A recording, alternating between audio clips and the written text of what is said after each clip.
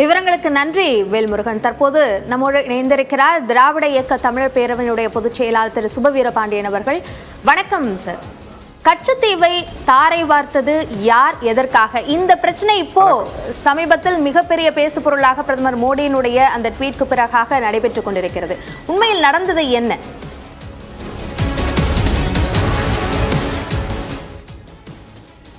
கச்சத்தீவை தாரை வார்த்தது யார் என்று எல்லோருக்கும் தெரியும்.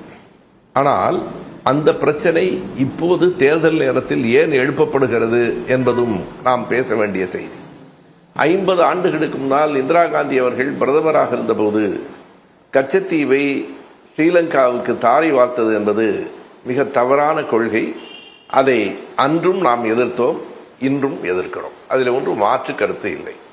இதில் திமுக இரட்டை வேடம் போடுகிறது என்று சொல்லுகிற பிரதமர் எந்த ஒரு ஒற்றை வேடத்தை எப்போது போட்டிருக்கிறார் என்று சொல்ல வேண்டும். இன்றைக்குத்தான் கச்சத்தீவு தாரை வார்க்கப்பட்டது பிரதமர் மோடி அவர்களுக்கு கனவிலே வந்து தெரிந்ததா?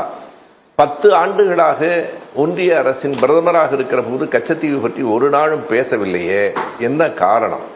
திமுகவை பொறுத்தளவு அன்றைக்கும் கடுமையாக எதிர்த்தது. நான் சில செய்திகளை வரலாற்றிலிருந்து நினைவுக்காக சொல்ல வேண்டும். இந்த கச்சத்தீவு என்பது 1803ஆவது ஆண்டு ராமநாதபுரம் சேதுபதிக்கு ஜமீன்தாருக்கு வழங்கப்பட்ட ஒரு தீவு ஆங்கிலேய அரசினால். ஏறத்தாழ கச்சத்தீவு மட்டுமல்ல 20 தீவுகள் வழங்கப்பட்டன. ஆங்கிலேய அரசினுடைய ஒரு நிர்வாக நடைமுறை தானே எல்லாவற்றையும் வைத்துக் கொள்ளாமல் மன்னர்களிடம் ஜமீன்தார்களிடம் கொடுத்துவிட்டு வருகிற லாபத்தை மட்டும் தான் பெற்றுக்கொள்வது 1803 அவர்கள் கையில் இருந்தது. ராணி மங்களேஸ்வரி ஜமீன்தாராக இருந்தபோது அந்த தீவு ஒப்படைக்கப்பட்டது. அதற்கு பிறகு 1970களின் தொடக்கத்திலேயே இந்த கச்சத்தீவை ஸ்ரீலங்காவுக்கு கொடுத்து விடுவது என்கிற போக்கு தெரிந்தது. அந்த நேரத்திலேயே தில்லிக்கு சென்று உடனடியாக அதை எதிர்த்தவர் அன்றைய தமிழ்நாடு முதலமைச்சர் கலைஞர் அவர்கள். தன்னோடு அவர் சட்ட அமைச்சர் மாதவனையும் அழைத்து சென்றிருந்தார்.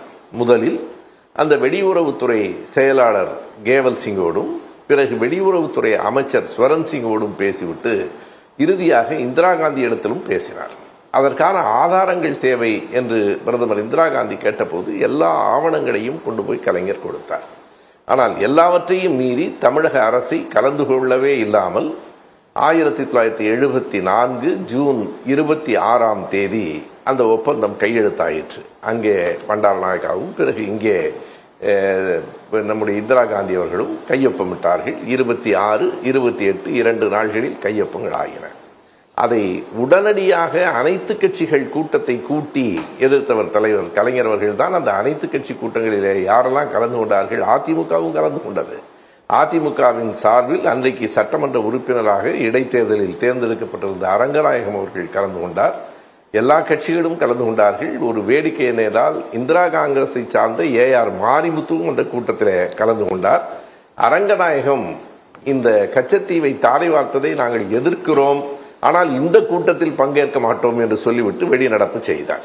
அதற்கு பின்னால் 1974 ஆகஸ்ட் மாதம் தமிழ்நாடு சட்டமன்றத்தை கூட்டி சிறப்பு தீர்மானமே நிறைவேற்றப்பட்டது. அதுதான் வரலாற்று செய்தி. பிறகு நெருக்கடி நிலை 75 வந்தது. 76 ஆட்சி கலைக்கப்பட்டது. இன்று வரையில் அந்த கச்சத்தீவு நம்மிடத்திலே இல்லை. இடையிடையே அது பற்றி பேசப்படுகிறது. எம்ஜிஆர் அவர்களும் கூட ஜனதா ஆட்சியில் பங்கு வகித்த போது அது பற்றி பேசவில்லை. நாம் ஒன்றை சொல்ல வேண்டும். இன்றைக்கு பிரதமர் மோடி இரட்டை வேடம் பற்றி பேசுகிறாரே, அவர்கள் ஆட்சியில் அதுவும் வெளியுறவுத்துறை அமைச்சராக வாஜ்பாய் அவர்கள் 77 இருந்தபோது ஏன் கச்சத்தீவு பற்றி பேசவில்லை? இப்போது 10 ஆண்டுகளாக ஒன்றிய அரசினுடைய பிரதமராக இருந்த மோடி இவ்வளவு நாள் பேசாமல் தேர்தலுக்கு 20 நாள்களுக்கு முன்னால் தான் கச்சத்தீவு அவர் கண்களுக்கு தெரிகிறது என்றால் இது தமிழர்களின் மீதோ கச்சத்தீவின் மீதோ இந்தியாவின் மீதோ இருக்கிற அக்கறை இல்லை, தேர்தலின் மீது மட்டும் இருக்கிற அக்கறை என்பதுதான் வெளிப்படையாகும். ஓகே, இப்போ நீங்க இது கருணாநிதி அவர்களால முழுவதுமாக எதிர்க்கப்பட்டது அப்படின்னு சொல்றீங்க. இப்ப இந்த ஆர்டிஐ மூலமாக கிடைத்த தகவலாக சொல்லப்படக்கூடிய விஷயத்துல முன்னாள் முதலமைச்சர் கருணாநிதியோட ஒப்புதலோட தான் இது கொடுக்கப்பட்டது. அதற்கான ஒப்புதலை வெளியுறவுத்துறை அமைச்சர் கருணாநிதியிடம் இருந்து பெற்றார். சீனாவோட ஆதிக்கம் அங்க ஸ்ரீலங்கால அதிகமா இருக்கு அப்படின்ற விஷயத்தை குறிப்பிட்டும், அதே மாதிரி சர்வதேச நீதிமன்றத்துல இதுல இருக்கக்கூடிய சாதக அம்சங்களை குறிப்பிட்டும் இந்த ஒப்புதல் பெறப்பட்டது அப்படின்னு சொல்றாங்க. இப்ப ஆதாரம் கொடுத்ததாக நீங்க சொல்றீங்க, ஆனா ஆதாரம் எதுவும் இல்லாததுனால அதை உரிமை கோர முடியாத ஒரு சூழலுக்கு அவர்கள் தள்ளப்பட்டார்கள் என்ற விவரத்தையும் ஆர்டிஐ மூலமாக பெற்றதாக அந்த ஆவணத்தை குறிப்பிடுறாங்க. அண்ணாமலை அவர்கள் அந்த ஆர்டிஐ விவகாரத்தை வெளியிட்டு நான் ஒன்று கேட்கிறேன். அப்படி தகவல் அறியும் உரிமை சட்டத்தில் தமிழக அரசினுடைய ஒப்புதலோடு தான் அது வழங்கப்பட்டது என்று இருக்குமானால், தமிழக அரசு எப்படி ஒரு சட்டமன்றத்தை அதற்காகவே கூட்டி ஒரு சிறப்பு தீர்மானத்தை நிறைவேற்றி இருக்க முடியும்? அன்றைக்கு யாரும் கேள்வி கேட்டிருக்க மாட்டார்களா? ஒரு இடத்துல ஒப்புதலை கொடுத்து விட்டு அதை எதிர்த்து சட்டமன்றத்திலே தீர்மானம், கட்சியிலே அல்ல, அனைத்து கட்சி கூட்டங்களையும் தாண்டி சட்டமன்றத்திலேயே 1974 ஆகஸ்டிலே ஒரு சிறப்பு தீர்மானம் நிறைவேற்றப்பட்டிருக்கிறது ஒன்று. இரண்டாவதாக, நாடாளுமன்றத்திலேயே திமுக கழகத்தினுடைய நாடாளுமன்ற உறுப்பினராக அன்றைக்கு இருந்த இரா செழியன் அவர்கள் மிக கடுமையாக அதை எதிர்த்து பேசிவிட்டு வெளிநடப்பு செய்திருக்கிறார். அண்ணாமலை அவர்களுக்கு தகவல் அறியும் உரிமை சட்டத்தில் இவையெல்லாம் வந்து சேரவில்லை போல் இருக்கிறது. அன்றைக்கு அதிமுகவின் சார்பிலும் நாஞ்சில் மனோகரன் அவர்கள் அதை எதிர்த்து பேசி வெளிநடப்பு செய்தார். தமிழ்நாட்டிலே மாப்போசி அவர்கள், மூக்கையா தேவர் போன்றவர்கள் எல்லோரும் எதிர்த்தார்கள். அன்றைக்கு நாடாளுமன்றத்திலேயே குரலை பதிவு செய்ததும் திமுக கழகம்தான், சட்டமன்றத்தில் சிறப்பு தீர்மானத்தை நிறைவேற்றியதும் திமுக கழகம்தான். இவை இரண்டுக்கும் தகவல் அறியும் உரிமை சட்டத்துக்கெல்லாம் போக வேண்டியதில்லை. சட்டமன்ற நாடாளுமன்ற குறிப்புகளில் பார்த்தாலே அண்ணாமலை அவர்களால் தெரிந்து கொள்ள முடியும். கச்சத்தீவு கொடுக்கப்பட்டாலும் வளமான பகுதியை இந்திரா காந்தி பெற்றார் என்ற ஒரு தகவலை செல்வ பெருந்தகை சொல்றார். அது பற்றி உங்களோட கருத்து? எந்த வளமான பகுதியை பெறுவதாக இருந்தாலும் இருப்பதை கொடுத்துவிட்டு பெறுவது சரியானதில்லை. இன்றைக்கு மிகச் சரியாக ராகுல் காந்தி போன்றவர்கள் நடந்து போன பழைய தவறுகள் பலவற்றை சரி செய்வதில் கவனமாக இருக்கிறார்கள்.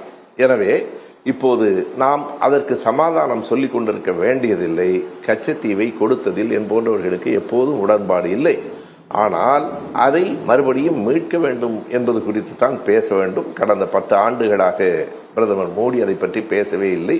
இன்னும் ஒன்றை இந்த இடத்தில் நான் குறிப்பிட வேண்டும் என்று கருதுகிறேன். இது வெறும் கச்சத்தீவு பிரச்சனை மட்டும் இல்லை. எப்போது இந்தியாவில் எல்லா மாநிலங்களுக்கும் மாநில சுயாட்சி வந்து சேருகிறதோ அப்போதுதான் இது போன்ற சிக்கல்களுக்கான நிரந்தர தீர்வு ஏற்படும். மாநில சுயாட்சி இருக்குமானால் ஒன்றிய அரசு அப்படி தூக்கி கொடுத்திருக்க முடியாது. எனவே இவற்றுக்கெல்லாம் அடிப்படையான தீர்வு மாநில சுயாட்சியிலே தான் இருக்கிறது. அந்த கோரிக்கை தமிழ்நாட்டிலிருந்து தான் புறப்பட்டிருக்கிறது.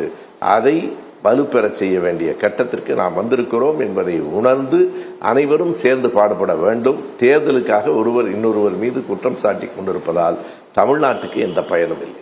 50 ஆண்டு கால பழைய விவகாரம் தான் அப்படின்னாலும் இதை இப்போ பாஜக கையில் எடுக்கிறது.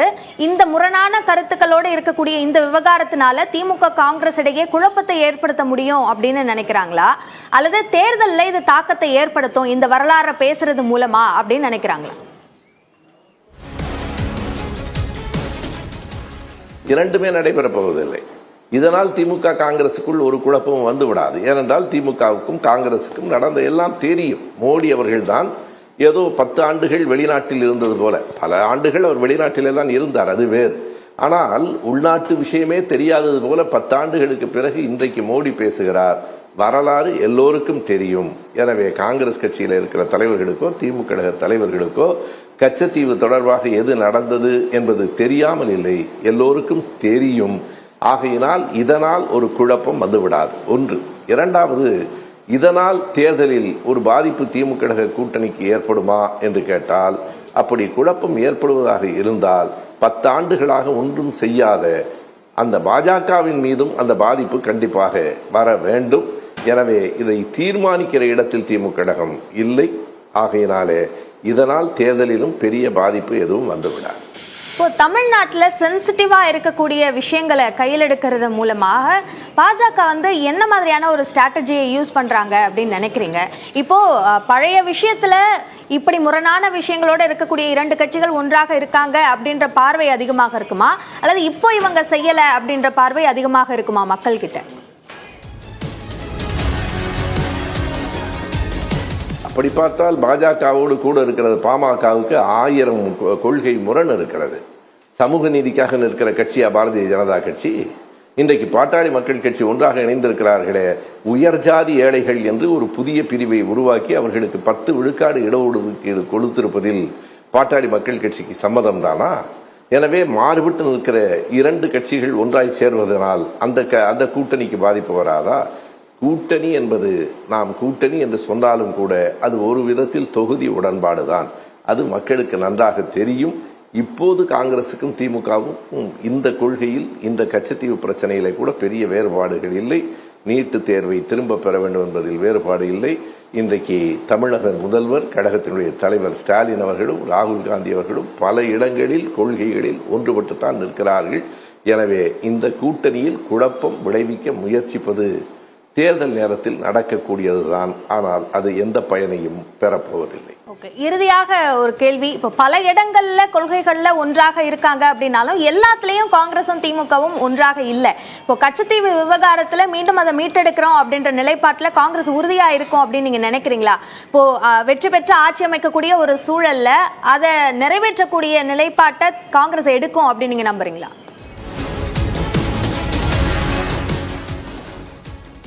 எல்லா கொள்கைகளிலும் கூட்டணி கட்சிகளுக்கு உள்ளே எந்த வேறுபாடும் இல்லை என்று சொல்ல முடியாது. அப்படி வேறுபாடே இல்லை என்றால் தனித்தனி கட்சிகளாக இருக்க வேண்டிய தேவையே இல்லை. எல்லாம் ஒரே கட்சி, ஒரே தலைமை, ஒரே கொடிக்கு கீழ் வந்து விடலாம். வேறுபாடுகள் இருப்பதால் தான் வெவ்வேறு கட்சிகளாக இருக்கின்றன. இது எல்லா கூட்டணிகளுக்கும் பொருந்தும். ஆகையினாலே அந்த கூட்டணிகளுக்குள் கொள்கை வேறுபாடு இருக்கலாம்.